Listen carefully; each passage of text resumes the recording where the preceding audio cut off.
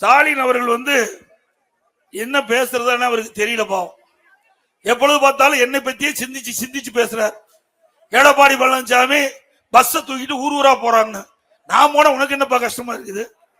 நான் ஊர் ஊரா போனா உனக்கு என்ன கஷ்டமா இருக்குது? உங்களுக்கு எதுக்கு வலிக்குது? உங்களுக்கு எதுக்கு எரிச்சல் வருது? இவ்வளவு மக்கள் வெள்ளத்தை பார்த்த உடனே இன்றைக்கு மீண்டும் ஆஸ்பத்திரி போனாலும் போயிடுவார்.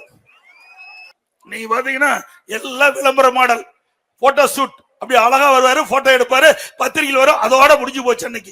இன்னைக்கு பாத்தீங்கன்னா உங்களுடன் ஸ்டாலின். இது வரைக்கும் மக்களோட ஸ்டாலின் இல்ல, குடும்பத்தோடு இருந்தார். இப்பதான் உங்களுடன் ஸ்டாலின் 50 மாதம் கழிச்சு நானும் அதை இத திட்டத்தை துவக்கிறார். அதுக்கு இன்னைக்கு நீதிமன்றத்தில் சுய விளம்பரம், அரசாங்க பணத்துல இவரை விளம்பரம் செய்கின்ற காரணத்தினால் இன்றைக்கு உயர் நீதிமன்றம் தடையாணம் கொடுத்துட்டு இந்த திட்டத்துக்கு.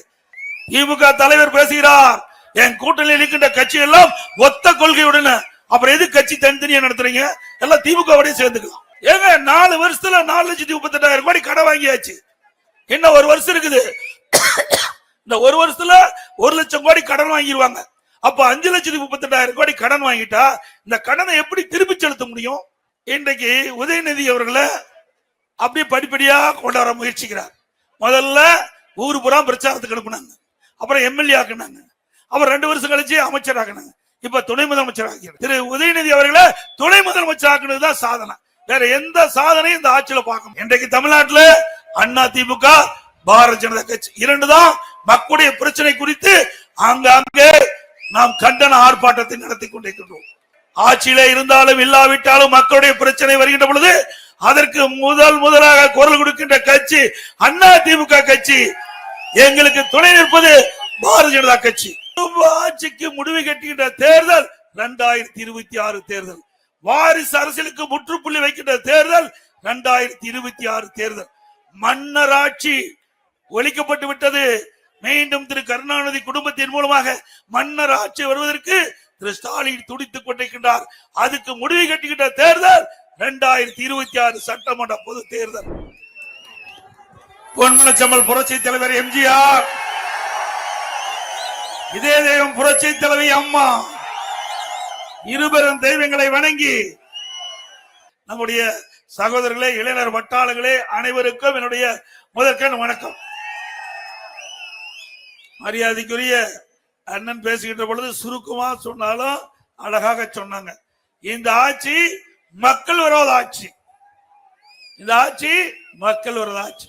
எப்பொழுது இந்த ஆட்சி அகற்றப்பட வேண்டும் என்று மக்கள் எதிர்பார்த்து கொண்டிருக்கின்றார்கள். அடுத்த ஆண்டு நடைபெறுகின்ற சட்டமன்ற பொதுத் தேர்தலில் திராவிட முன்னேற்ற கழகத்தை வீழ்த்தி அனைத்து இந்திய அண்ணா திராவிட முன்னேற்ற கழக தலைமையில் அமைக்கப்பட்ட அண்ணா திமுக பாரதிய ஜனதா கூட்டணி பெரும்பான்மையான இடங்களிலே வெற்றி பெற்று அண்ணா திமுக ஆட்சி அமைக்கும். சிந்திச்சு பாருங்க. இன்னைக்கு அண்ணா திமுக பாரதிய ஜனதா 2 கட்சியும் இயல்பான கூட்டணி என்று நம்முடைய பாரதிய ஜனதா தலைவர் சகோதரர் நயினார் நாகேந்திரன் அவர்கள் அழகாக சொன்னார். நாங்க கூட்டணி வச்சோமோ இல்லையோ, ஸ்டாலினுக்கு தேர்தல் ஜுரம் வந்துடுது, பதறாரு. சட்டமன்றத்தில் சகோதரர் திரு நயினார் நாகேந்திரன், திரு கடம்பூர் ராஜ் அவர்களும் இருந்தாங்க. திடீர்னு இருந்துருச்சு, நான் எதிர்கட்சி வரிசையில் அமர்ந்திருக்கிறேன். என்னை பார்த்து, என்னங்க திடீர்னு பாரதிய ஜனதா கட்சியோட நீ கூட்டணி வச்சுட்டீங்க அப்படின்னு கேள்வி கேட்கிறார். எனக்கு ஒன்னும் பேச வரல, என்ன நம்மளை பார்த்து கேட்கிறாரேன்னு. அப்புறம் தான் நினைச்சேன், அண்ணா திமுக பாரதிய ஜனதா கூட்டணி அமைச்சவுடன் இந்த முதலமைச்சருக்கு நடுக்கம் வந்து விட்டது. அதற்கு மேலேயும் பேசுறார், நீங்க பாரதிய ஜனதாவோட கூட்டணியே வைக்க மாட்டீங்க, 2033 வரைக்கும் 2031 வரைக்கும் வைக்க மாட்டேன்னு சொன்னீங்க, திடீர்னு வச்சுட்டீங்களேன்னு எனக்கு நேருக்கு நேர் கேட்டார். அப்பொழுது நான் பதில் சொன்னேன், நாங்க யாரோட வேணாலும் கூட்டணி வைப்போங்க, இது அண்ணா திமுக கட்சிங்க. அவர் திமுக கட்சி நினைச்சுக்கிட்டே பேசிட்டு இருக்காரு, பாவம் மறந்துட்டாரு. கூட்டணி வச்ச உடனே தன்னை மறந்து ஒரு சட்டமன்றத்துல இப்படிப்பட்ட கேள்வி கேட்கிறாங்கன்னா முதலமைச்சருக்கு பயம் வந்து விட்டது. ஆட்சி பறிபோய்விடும் என்று அச்சம், பயம் வந்த காரணத்தினாலதான் என்னை நேருக்கு நேர் என்னிடத்துல இந்த கேள்வி கேட்டிருக்கிறார். ஏன்னா நல்லது செஞ்சிருந்தா தானே மீண்டும் ஆட்சிக்கு வர முடியும். நல்லது செஞ்சது சரித்திரமே கிடையாது. திமுக பொறுத்த வரைக்கும் நல்லது செஞ்ச சரித்திரமே இல்லை. அவர்கள் ஆட்சிக்கு வருவாங்க, கலெக்ஷன், கமிஷன், கரப்ஷன், இதுதான் தாரக மந்திரம். இதுல வேணா அவங்க எந்த விதத்திலையும் குறைய மாட்டாங்க. எல்லா துறையிலும் ஊழல், ஊழல் இல்லாத துறையே இல்ல. இன்றைக்கு லஞ்சம் லாவணியம் மிகுந்த மாநிலம் தமிழ்நாடு. இன்னொன்னு கேட்கிறார், அவர் திரு ஸ்டாலின் அவர்களும் சரி, அவர் கூட்டணியில் அங்க வைக்கின்ற கட்சிகள் எல்லாம் பாரதிய ஜனதா கட்சி விழுங்கிடுமா? நம்மள பாரதிய ஜனதா கட்சி விழுங்கிடுமாதான். அதுவே சகோதரன் நாகதன் இருக்காரு, நாங்க என்ன விழுங்கியா போறாரு? எங்க இருக்க விழுங்கிடுவாங்களா? எப்படியெல்லாம் மக்களை மனமாற்றம் செய்கிறார் என்பதை பாருங்க. வேண்டுமென்றே திட்டமிட்டு அவதூறு பிரச்சாரத்தை பரப்பி அரசியல் லாபம் தேட முயற்சிக்கின்றார் இன்றைய முதலமைச்சர் திரு ஸ்டாலின் அவர்களே. நாங்கள் எப்பொழுது பாரதிய ஜனதா கட்சியோட கூட்டணி வைத்தோமோ அப்பொழுது திராவிட முன்னேற்ற கழகம் வீழ்ச்சி அடைந்து விட்டது.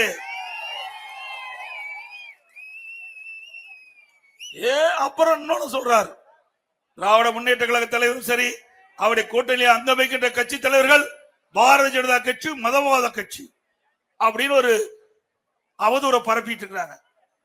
ஏங்க, நாட்டுல 2 முறை பெரும்பான்மையோட வெற்றி பெற்று 3வது முறையும் வெற்றி பெற்று இந்த நாட்டை ஆளுகின்ற கட்சி பாரதிய ஜனதா கட்சி.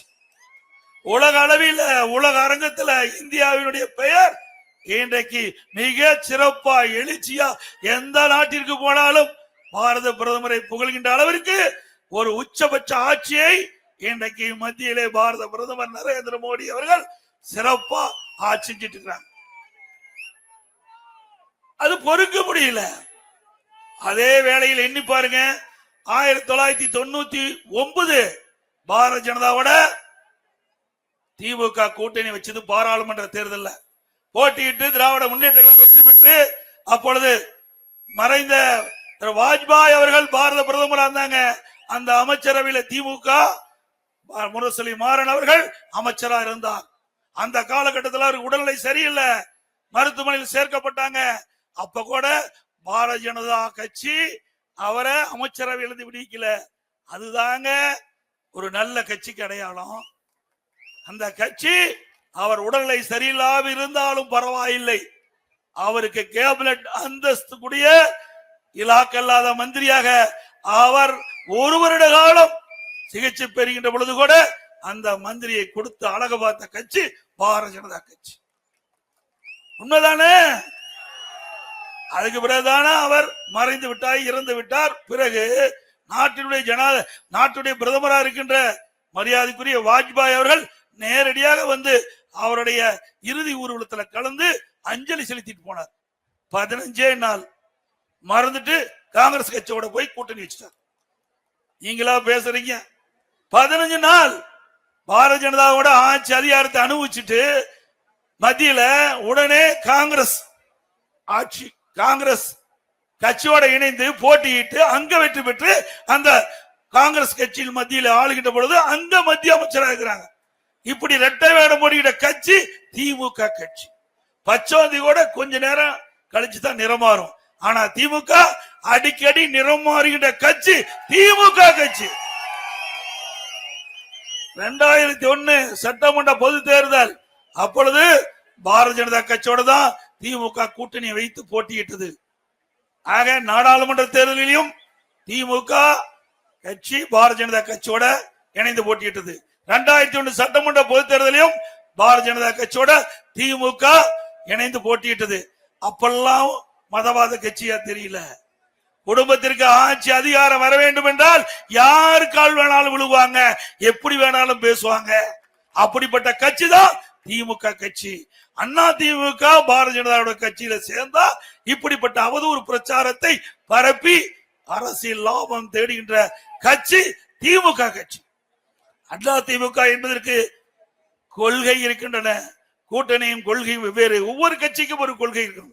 பாரதிய ஜனதா கட்சி என்றால் அதற்கென்று ஒரு கொள்கை இருக்கின்றது. அண்ணா திமுக என்றால் அண்ணா திமுக என்று ஒரு கட்சி கொள்கை இருக்குது.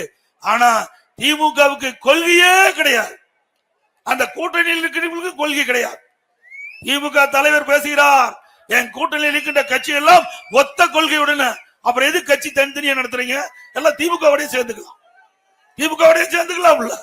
அப்புறம் எதுக்கு தனி கட்சி? ஆக இன்றைக்கு 4 ஆண்டு காலம் நிறைவேற்று விட்டது. 5வது ஆண்டு காலம் திமுக அடியடித்து வைத்திருக்கின்றது. இந்த காலகட்டத்தில் கூட மக்களுக்கு ஏற்படுகின்ற துன்பங்கள், துயரங்கள், வேதனைகள், மக்களுடைய பிரச்சனையை எதிர்கட்சி முன்வைக்கிற கிடையாது. இன்றைக்கு தமிழ்நாட்டில் அண்ணா திமுக, பாரதிய ஜனதா கட்சி 2 தான் மக்களுடைய பிரச்சனை குறித்து ஆங்காங்கே நாம் கண்டன ஆர்ப்பாட்டத்தை நடத்தி கொண்டிருக்கின்றோம். வேற எந்த கட்சியும் திமுகவை எதிர்த்து மக்களுடைய பிரச்சனைக்கு குரல் கொடுப்பதே கிடையாது. 2 கட்சி தான் பிரதான கட்சியாக இருக்கின்றது. இன்றைக்கு பிரதான எதிர்கட்சியாக இருக்கின்ற அனைத்து இந்திய அண்ணா திராவிட முன்னேற்ற கழகம் மக்களுடைய பிரச்சனைகளை முன்னிறுத்தி ஆங்காங்கே ஆர்ப்பாட்டத்தை நடத்தி கொண்டிருக்கின்றோம், ஆங்காங்கே உண்ணாவிரத்தை நடத்தி கொண்டிருக்கின்றோம், ஆங்காங்கே பொதுக்கூட்டத்தை நடத்தி கொண்டிருக்கின்றோம். ஆக ஆட்சியில இருந்தாலும் இல்லாவிட்டாலும் மக்களுடைய பிரச்சனை வருகின்ற பொழுது அதற்கு முதலாக குரல் கொடுக்கின்ற கட்சி அண்ணா திமுக கட்சி. எங்களுக்கு துணை நிற்பது பாரதிய ஜனதா கட்சி. அது மட்டுமல்ல, இன்றைக்கு அண்ணா திமுக ஆட்சியில் தான் சட்ட ஒழுங்கு பாதுகாக்கப்பட்டது. எனக்கு முன்னாலே பேசிய பாரதிய ஜனதா கட்சியினுடைய தலைவர் பேசியது போல இன்றைக்கு தமிழகத்தில் ஒட்டுமொத்தமா சட்டம் ஒழுங்கு சீர்கெட்டு விட்டது, சட்ட ஒழுங்கு சந்தி சிரிக்கின்றது. இந்தியாவிலேயே சட்ட ஒழுங்கு மோசமாக இருக்கின்ற மாநிலம் தமிழ்நாடு. ஒரு காலத்துல நம்முடைய காவல்துறை ஸ்காட்லாந்து காவல்துறைக்கு இணையாக போற்றப்பட்ட காவல்துறை இன்றைக்கு திமுக இன்றைக்கு ஏவல் துறையாக செயல்பட்டுக் கொண்டிருக்கிறது, கேவலமாக இருக்கு. இன்றைக்கு ஒரு 10 நாளுக்கு முன்பு 2 பேர் ஒரு எஸ்ஐ முகத்துல குத்துறாங்க, எஸ்ஐ முகத்துல ஒரு சப் இன்ஸ்பெக்டர் முகத்துல மாறி மாறி குத்துறாங்க. எஸ்ஐக்கே பாதுகாப்பு, நமக்கு எங்க போய் பாதுகாப்பு கொடுக்க போறாங்க? அதே போல திருமதி கனிமொழி அவர்கள் சென்னையில் ஒரு பொதுக்கூட்டத்தில் பேசிட்டு இருக்கும் போது அங்க இருக்கின்ற கூட்டத்திற்கு பாதுகாப்பு கொடுப்பதற்காக, பெண்களுக்கு பாதுகாப்பு கொடுப்பதற்காக பெண் காவல்துறை சேர்ந்த அந்த காவலர் பணிபுரிந்து இருக்கும் போது சில பேர் பாலியல் சீண்டல், யாரு? பெண் காவலருக்கு. அவளுக்கே பாதுகாப்பு இல்ல, நமக்கு எங்க போய் பாதுகாப்பு கொடுக்க போறாங்க? இப்படிப்பட்ட ஆட்சி தேவையா? ஆக இப்படியே நாடு சென்று கொண்டிருந்தால் பெண்களுக்கு பாதுகாப்பே இல்லாத ஒரு மாநிலம் ஆயிரும். சிறுமி முதல் பாட்டி வரைக்கும் பாதுகாப்பே இல்லை. அவ்வளவு மோசமான ஆட்சி, அவ்வளவு ஆட்சி தமிழகத்திலே நடைபெற்றுக் கொண்டிருக்கிறது என்பதை நேரத்திலே குறிப்பிட விரும்புகின்றேன். அது மட்டுமல்ல, இன்றைக்கு முதலமைச்சர் கேட்கிறார், மத்தியில இருக்கின்ற ஆட்சியாளர்கள் தமிழகத்திற்கு தேவையான நிதி கொடுப்பதில்லை, திட்டங்கள் கொடுப்பதில்லை என்ற ஒரு தவறான தகவலை, அவதூறு பிரச்சாரத்தை நாடு முழுவதும் பரப்பிக் கொண்டிருக்கின்றார். எண்ணி பார்க்க வேண்டும். திராவிட முன்னேற்ற கழகம் 16 ஆண்டு காலம் மத்தியிலே ஆட்சி அதிகாரத்திலே அமர்ந்திருந்தார்கள். 16 ஆண்டு காலம் தமிழ்நாட்டை சேர்ந்த திராவிட முன்னேற்ற கழகத்தை சேர்ந்த எம்பிக்கள் அங்கே மத்திய அமைச்சரவையிலே ஆட்சி அதிகாரத்தில் இடம்பெற்றிருந்தீர்கள். அப்பொழுது ஏன் தமிழ்நாட்டுக்கு தேவையான திட்டங்களை பெறவில்லை, தமிழ்நாட்டுக்கு தேவையான நிதிகளை பெறவில்லை? அப்பொழுதெல்லாம் குடும்பத்தில் இருக்கின்றவர்களுக்கு ஆட்சி அதிகாரம் வேண்டும். இவர்கள் சம்பாதித்த பணத்திற்கு மத்தியிலே பாதுகாப்பு வேண்டும். இதுதான் திமுகவுடைய நிலைப்பாடு. மக்களை பற்றி கவலைப்பட்ட இல்ல, மக்களை பற்றி கவலைப்பட்டதே இல்ல. திமுக கட்சி பொறுத்த வரைக்கும் குடும்பத்தில் இருக்கிறவங்களுக்கு ஆட்சி அதிகாரம். சட்டமன்றமா இருந்தாலும் தமிழ்நாட்டில் ஆட்சி அதிகாரத்துக்கு திமுக தலைவர் ஸ்டாலினுடைய குடும்பத்தில் இருக்கிறதா ஆட்சிக்கு அதிகாரத்துக்கு வர முடியும். நாடாளுமன்றமா இருந்தாலும் அங்கேயும் திரு கருணாநிதி குடும்பத்தை சேர்ந்தவர்கள் தான் அமைச்சரவையில் இடம்பெற முடியும், வேற யாரும் வர முடியாது. அது கட்சியிலும் சரி ஆட்சியிலும் சரி, இரண்டிலுமே திரு கருணாநிதி குடும்பத்தை சேர்ந்தவர்கள் தான் அதிலே பங்கு பெற முடியும். அப்படிப்பட்ட கட்சி தேவையா? சொல்லுங்க, தேவையா? குடும்ப ஆட்சிக்கு முடிவு கட்டுகின்ற தேர்தல் 2026 தேர்தல், வாரிசு அரசியலுக்கு முற்றுப்புள்ளி வைக்கின்ற தேர்தல் 2026 தேர்தல். மன்னர் ஆட்சி ஒழிக்கப்பட்டு விட்டது. மீண்டும் திரு கருணாநிதி குடும்பத்தின் மூலமாக மன்னர் ஆட்சி வருவதற்கு திரு ஸ்டாலின் துடித்துக் கொண்டிருக்கின்றார். அதுக்கு முடிவு கட்டுகின்ற தேர்தல் 2026 சட்டமன்ற பொது தேர்தல் என்பதை இந்த நேரத்திலே தெரிவித்து, இன்றைக்கு இந்த பகுதியில் சிறு குறு நடுத்தர தொழில் அதிகம். இந்த பகுதியை நீங்க பாத்தீங்கன்னா விவசாயி நிறைந்த பகுதி, விவசாயிகள் நிறைந்த பகுதி, விவசாய தொழிலாளி நிறைந்த பகுதி. இந்த பகுதியில் இருக்கிற மக்களுக்கு தேவையான நீர் கொடுக்க என்பதற்காக தாமிரபரணி பைப்பார் திட்டத்தை கொண்டுவதற்கு அதிமுக ஆட்சி நடவடிக்கை எடுத்தது. திராவிட முன்னேற்ற ஆட்சியில கிடப்புல போட்டுட்டாங்க. இந்த பகுதி முழுவதும் இந்த திட்டம் நிறைவேற்றப்பட்டிருந்தால் இன்றைக்கு பொன் விளைகின்ற பூமியா மாற்றிருக்கலாம். இப்படி மக்கள் ஒரு ஆட்சி தேவையா? அது மட்டுமல்ல, இன்றைக்கு திரு ஸ்டாலின் எப்பொழுது கேட்டாலும் பணம் இல்ல பணம் இல்லைன்னு சொல்றார். அப்ப கார் பந்தயம் நடத்துறதுக்கு எங்கிருந்து பணம் வந்தது? கார் பந்தயம் தேவையா நாட்டுக்கு? இங்க ஏழைகள் என் முன்று கேட்க ஒரு எத்தனை ஏழைகள், அவளுக்கு காலுக்கு போட காலனி கூட இல்ல. இப்படிப்பட்ட நிலையில இருக்கின்ற பொழுது திரு ஸ்டாலினுடைய மகன் திரு உதயநிதி ஸ்டாலின் அவர்கள் அங்கே சென்னை மாநகர மத்திய பகுதியில கார் பந்தயம் நடத்துறார். இப்படிப்பட்டவர்கள் ஆட்சியில இருக்க வேணுமா? அப்புறம் திரு கருணாநிதி அவர்கள் திராவிட முன்னேற்ற கழகத்தினுடைய தலைவர், முன்னாள் முதலமைச்சர், அவருக்கு நினைவு மண்டபம் எழுப்புவது பரவாயில்ல, அவர்கள் கட்சி சார்ந்த தலைவருக்கு எழுப்புவது எந்தவித தவறும் இல்லை. ஆனா எழுதாத பேனாவை கடல்ல கொண்டு போய் 2 கிலோமீட்டருக்கு அப்புறம் 2 கிலோமீட்டர் தொலைவில் எழுதாத பேனா போய் 82 கோடி செலவு பண்ணி வைக்கலாமா? யாருடைய பணம்? யாருடைய பணம்? உங்களுடைய பணம். உங்களுடைய வரி மூலமாக பெறப்பட்ட பணத்தை இவர்களுடைய சுய லாபத்திற்காக, இவருடைய குடும்ப விளம்பரத்திற்காக எழுதாத பேனாவை 2 கிலோமீட்டர் கடல்ல கொண்டு போய் பேனா வைக்கிறாங்க. இதுக்கு எங்கிருந்து பணம் வந்தது? எங்க இருக்கின்றது பணம்? மக்களுக்கு பிரச்சனை, மக்களுக்கு தேவையான திட்டங்களுக்கு பணம் இல்லை. ஆனா இவருடைய தந்தைக்கு பேனா வைப்பதற்கு எங்கே இருந்து பணம் வந்தது? மக்கள் கேட்கிறாங்க. நியாயமானதானே? ஏன் உங்ககிட்ட தானே ஆயிரக்கணக்கான கோடி ட்ரஸ்ட்ல இருக்குது, அதை எடுத்து பேனா வைங்க, நடுக்கடலையே மண்டபம் கட்டுங்க. யாரு வேண்டாங்கிறா? ஏன் அரசாங்க பணத்தை எடுத்து வீண் செலவு செய்யறீங்க? எழுதுற பேனாவை அரசு பள்ளியில கொடுக்கிற பள்ளிகளுக்கு மாணவர்கள் கொடுங்க, மாணவர்கள் போட்டுவாங்க. எழுதுற பேனாவை திரு கருணாநிதி பிறந்த நாள் வரும்போது கூட கொடுங்க, எல்லாரும் பாராட்டுவாங்க. எழுதாத பேனாவை எங்க வச்சா என்ன? நினைவு மண்டபத்துக்கு முன்னாடியே வைங்கள. ஒரு 2 கோடி ரூபாயில பேனா வைக்கணும்னு ஆசைப்பட்டா நீ அறிவாலயத்துல வைங்க.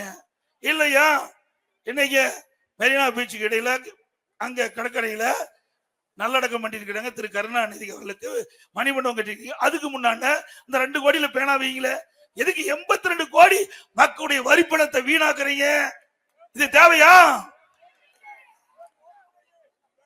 அது மட்டும் இல்ல, இன்றைக்கு உதயநிதி அவர்களை அப்படியே படிப்படியா கொண்டாட முயற்சிக்கிறார். முதல்ல ஊரு புறம் பிரச்சாரத்துக்கு அனுப்புனாங்க, அப்புறம் எம்எல்ஏ ஆக்குனாங்க, அப்புறம் 2 வருஷம் கழிச்சு அமைச்சர் ஆக்குனாங்க, இப்ப துணை முதலமைச்சர் ஆக்கிறாங்க. இன்றைக்கு திராவிட முன்னேற்ற கழக ஆட்சிக்கு வந்து ஒரே சாதனை திரு கருணாநிதி குடும்பத்தை சேர்ந்த திரு ஸ்டாலின் மகன் திரு உதயநிதி அவர்களை துணை முதலமைச்சர் ஆக்குனதுதான் சாதனை. வேற எந்த சாதனையும் இந்த ஆட்சியில பார்க்க முடியாது. வேற என்ன பெரிய திட்டத்தை கொண்டாந்து நாட்டு மக்கள் அதனால் நன்மை பெற்றிருக்கிறாங்க? எதுவுமே இல்ல. இந்த ஆட்சியில என்ன நடக்குன்னே தெரியல.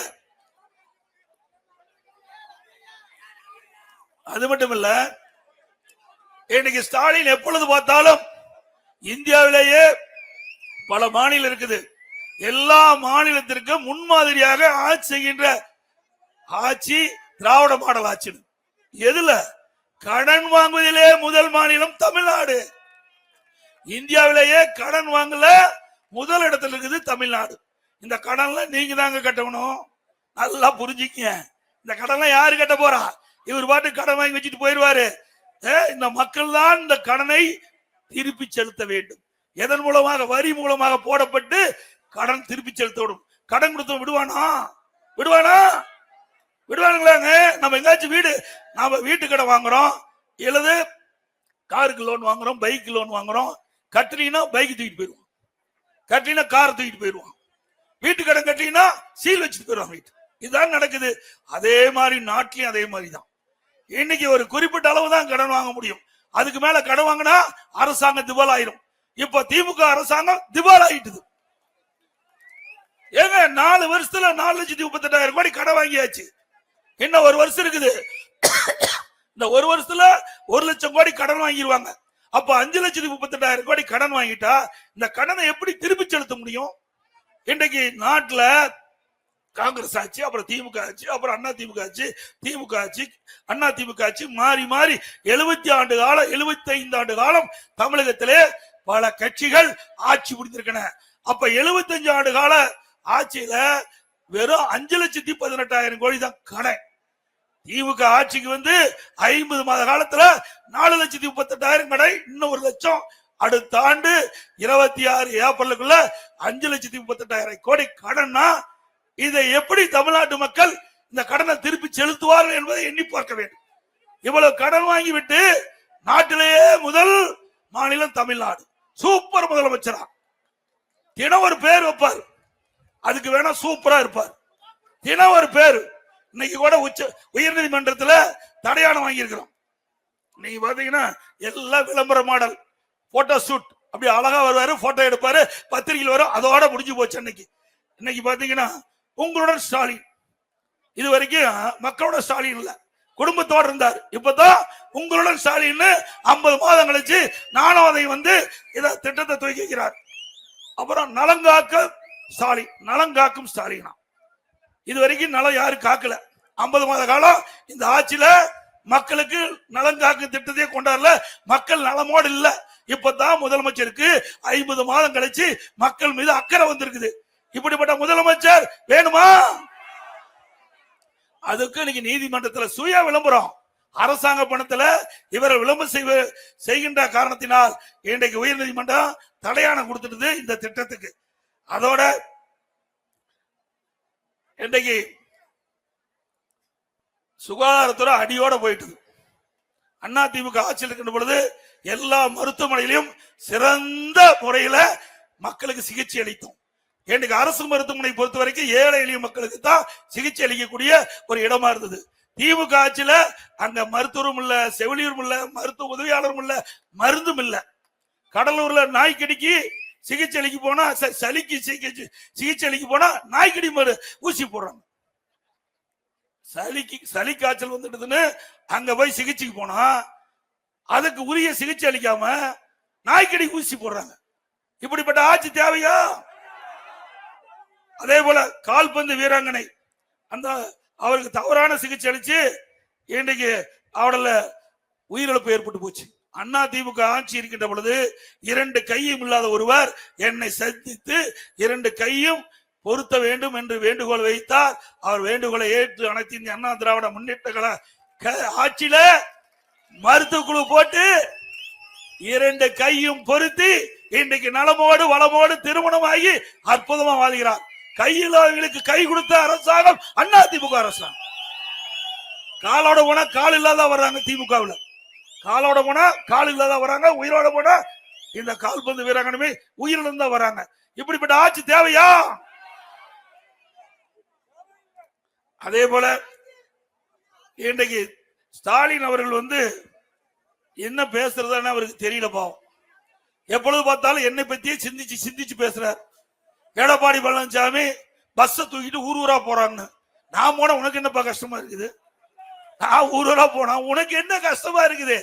உங்களுக்கு எதுக்கு வலிக்குது? உங்களுக்கு எதுக்கு எரிச்சல் வருது? இவ்வளவு மக்கள் வெள்ளத்தை பார்த்த உடனே இன்றைக்கு மீண்டும் ஆஸ்பத்திரி போனாலும் போயிடுவார்.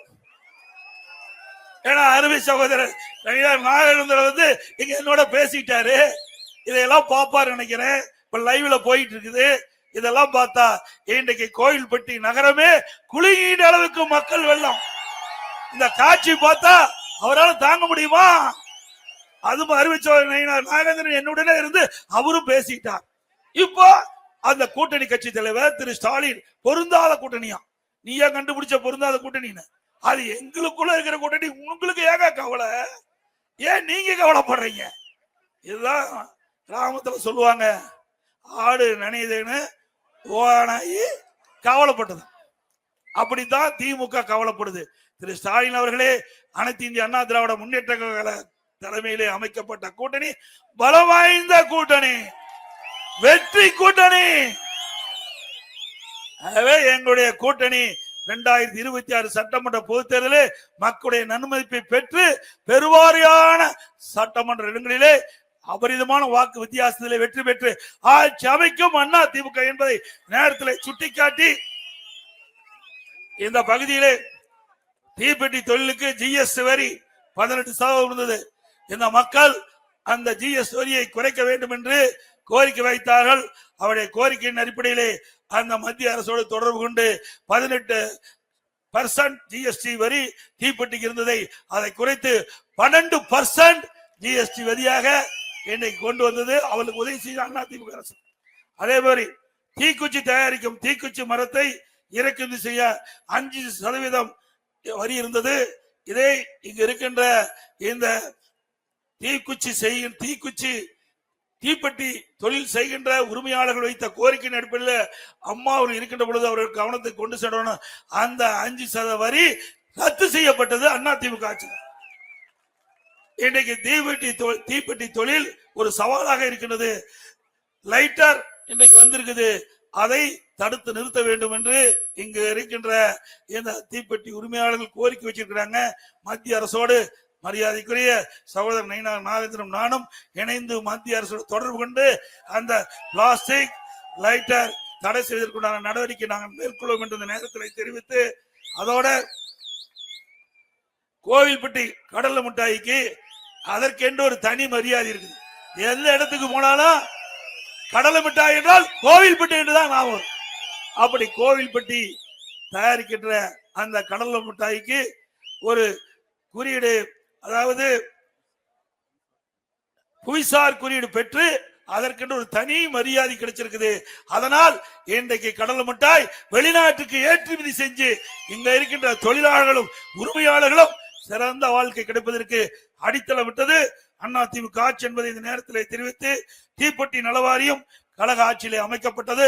அவருடைய வேண்டுகோளை ஏற்று அதே போல பல திட்டங்கள் அதிமுக ஆட்சியிலே கொண்டு வந்து நிறைவேற்றப்பட்டிருக்கும் நேரத்தில் தெரிவித்து, நம்முடைய ஏழை எளிய மக்களுக்காக பொன்மனச்சம்மல் புரட்சி தலைவர் எம்ஜிஆர் இருக்கின்ற காலத்துல தை பிறந்தால் வழிபிறக்கும் எல்லா இல்லைகளும் தைப்பண்டிகள் சிறப்பாக கொண்டாடும் என்பதற்காக இன்றைக்கு எல்லா ரேஷன் அட்டைதாரருக்கும் விலையில்லா வேஷ்டி விலையில்லா சேலை கொடுக்கப்பட்டது. விடியா திமுக ஆட்சிக்கு வந்த பிறகு சேலை இருந்தா வேட்டி கொடுக்கல, வேட்டி இருந்தா சேலை கொடுக்கல, ரெண்டுமே இப்ப கொடுக்காத போயிட்டாங்க. அதிமுக ஆட்சி மலர்ந்தவுடன் இந்த ரெண்டும் உரிய தை மாத காலத்திலே வேட்டி சேலை ரேஷன் கடைக்கு வழங்கப்படும். அதே போல தீபாவளி பண்டிகை போது அதிமுக ஆட்சி மலர்ந்தவுடன் நம்முடைய பெண்களுக்கு, தாய்மார்களுக்கும் பெண்களுக்கும் அற்புதமான சேலை வழங்கப்படும் தீபாவளி போது.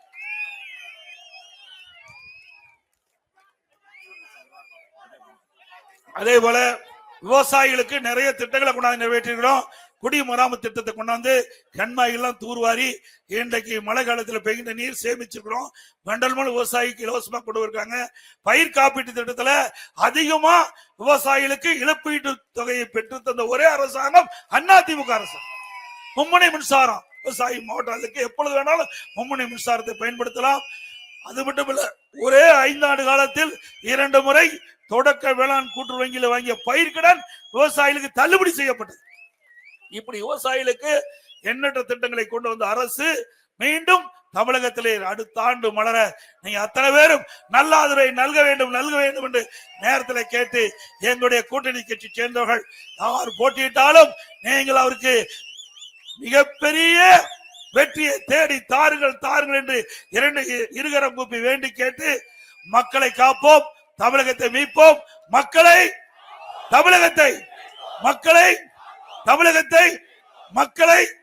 தமிழகத்தை பை பை ஸ்டாலின். நன்றி, வணக்கம்.